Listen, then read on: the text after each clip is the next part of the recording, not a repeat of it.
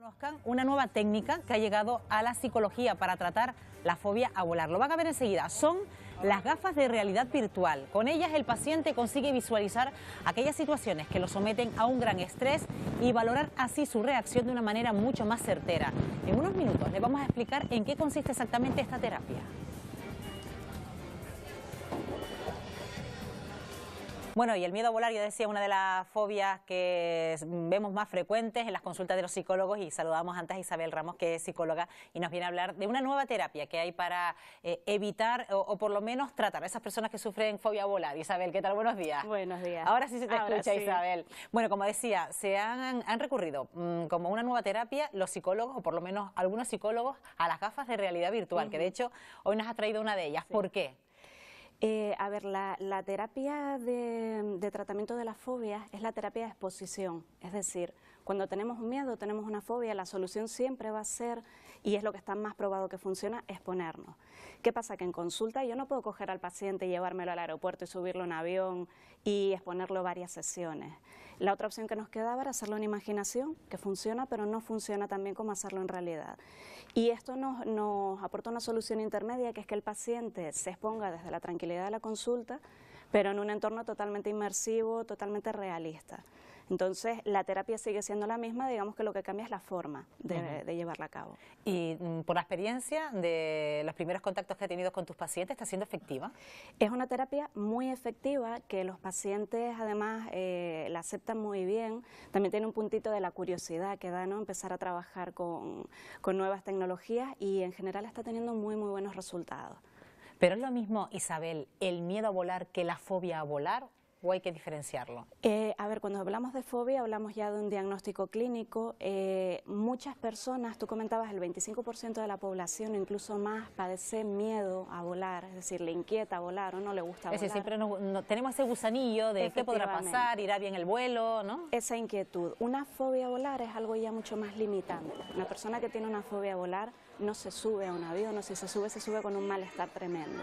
Entonces ya ahí empezaríamos a distinguir entre la persona que tiene ese pequeño miedo, esa inquietud, y la persona que tiene una fobia y organiza toda su vida en torno a ella. Bueno, ¿y a qué situaciones se expone el paciente cuando va a una consulta, a terapia? En tu caso, Isabel, le pones las gafas de realidad virtual, ¿qué es lo que ve? ¿A qué se enfrenta? Pues, por ejemplo, en el caso de la fobia a volar, lo primero que hacemos es graduar qué es lo que menos miedo da hasta lo que más miedo le da. Hacemos una lista y empezamos siempre por lo que menos miedo da, que puede ser verse en casa esperando el taxi para ir al aeropuerto, verse en el taxi, que todas estas escenas disponemos de ellas. Sí, porque esa fobia se empieza a manifestar ya hasta con días de antelación, ¿no? Totalmente. Esta fobia se puede manifestar desde el momento que compran estas personas el billete, o desde el momento que están en el taxi yendo al aeropuerto, en el coche yendo al aeropuerto, y ya empiezan a sentir mucho malestar. El momento pico suele ser el momento del despegue. Curiosamente, el momento del aterrizaje suele dar mucho menos miedo, aunque estadísticamente pues son los dos momentos más críticos, digamos, en seguridad aérea, el despegue y el aterrizaje, pero el aterrizaje normalmente da menos miedo, el despegue es mucho más ansiógeno, genera más ansiedad. Entonces decía Isabel que el proceso va de lo que da menos miedo a lo que da más miedo. Entonces, ¿cuál podría ser ese punto de más miedo? ¿El despegue de un avión? Podría ser el momento del despegue de un avión con condiciones adversas. Podría ser, por ejemplo, el despegue del avión con tormenta, con mucha turbulencia. Digamos que todos esos parámetros los podemos regular con el ordenador. El terapeuta en todo momento está viendo lo que ve el paciente. Entonces nosotros nos sentimos un poco Dios, ¿no?, porque podemos regular el tiempo que hace, si hace sol, si está lloviendo, y ir poco a poco pues metiendo al paciente cada vez en situaciones que generan más miedo, para que se vaya superando de menos a más.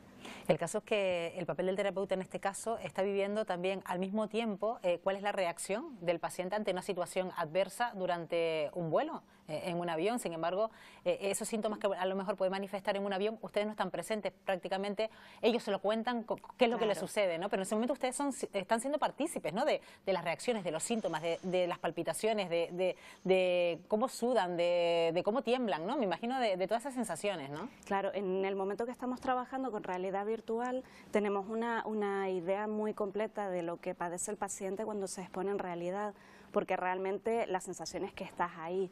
De hecho, trabajamos también con un pequeño aparato que se llama biofeedback, que mide pues las constantes de la piel, mide los niveles de ansiedad y nos va haciendo una gráfica de cómo está el paciente en cada momento. Entonces nos da una información muy buena que luego, cuando termina la exposición, compartimos con el paciente. ¿Y el paciente luego es consciente de todo lo que ha pasado, de todo ese proceso, aprende a reaccionar a esos estímulos que le está generando esa sensación de estrés o esa situación? Sí, uno de los puntos clave que no hemos comentado es que es muy importante el entrenamiento en relajación.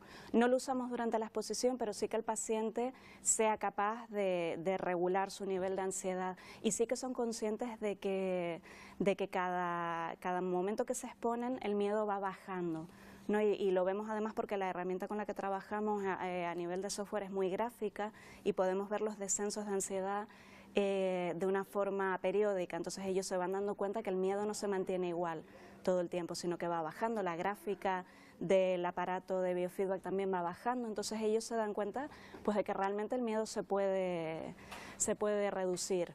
Bueno, estamos viendo esta última incorporación en las consultas de psicólogo, como es la gafa de realidad virtual, pero antes, ¿cómo se llevan a cabo los tratamientos? Como decía, prácticamente a base de tú exponer situaciones y ver de qué manera se comportaba el paciente, ¿no? Efectivamente, se podía hacer una exposición en realidad, por ejemplo, con un paciente con agorafobia sería factible, pero fobias pues, que no es factible ir con ellos, pues sería en imaginación. Pues generamos una visualización, el paciente la imagina, no todo el mundo tiene la misma capacidad de imaginación, con lo cual ahí ya nos encontramos que este tratamiento, cuando lo hacemos en imaginación, puede ser más efectivo en unas personas que en otras. Aquí es más complicado que no se metan en la situación. ¿Cuántas sesiones serían recomendables para salir de esa fobia? Pues, por ejemplo, una fobia a volar, estamos trabajando en torno a 6, 8 sesiones si no surge nada adicional, que a veces en psicología pues 2 más 2 no son 4, ¿no? Pero en general nos encontramos que en 6, 8 sesiones el paciente pues puede funcionar de una manera buena, ¿no? Puede enfrentarse a este miedo y aunque nunca sea su actividad preferida, pues por lo menos hacer una vida normal. Una vida normal teniendo en cuenta el lugar en el que vivimos, Isabel, porque si es verdad que podemos pensar, bueno, podría evitar la fobia a volar con no coger un avión, pero es que tenemos aquí, estamos separados por el mar y es verdad que en determinadas situaciones habitantes de algunas islas tienen que trasladarse incluso a un hospital en un avión, incluso para estudiar, para formarse, para negocios, tenemos que coger un avión. En la península tal vez lo tienen más fácil porque con el coche o con el tren lo solucionan, pero aquí en Canarias nos vemos en esa obligación. No sé si en este sentido también las consultas de fobia a volar se llenan más en Canarias que en otros puntos del territorio nacional. Pues no te sabría decir porque no sé cuál es la experiencia de compañeros en Península, pero yo te diría que sí, que no es que haya más fobia a volar, pero que sí que las personas se ven más abocadas a buscar ayuda porque aquí o salimos en avión, no tenemos otra opción, ¿no? Entonces, aquí quizás es más difícil evitar subirte a un avión, como tú comentabas, en la península pues te subes a un coche y bueno, y ya lo resuelves, ¿no? Aquí lo tenemos un poquito más complicado, entonces sí que creo que aquí la gente consulta más por este tema. ¿Y la fobia a volar viene por un miedo a que ese avión tenga un accidente o tiene también mucho que ver con estar en un sitio encerrado y rodeado de gente y no poder controlar determinadas situaciones? Esto que comentas es importante porque cuando trabajamos con fobia a volar hay que discriminar muy bien si realmente estamos ante un paciente que tiene una fobia a volar o ante un paciente que tiene una claustrofobia.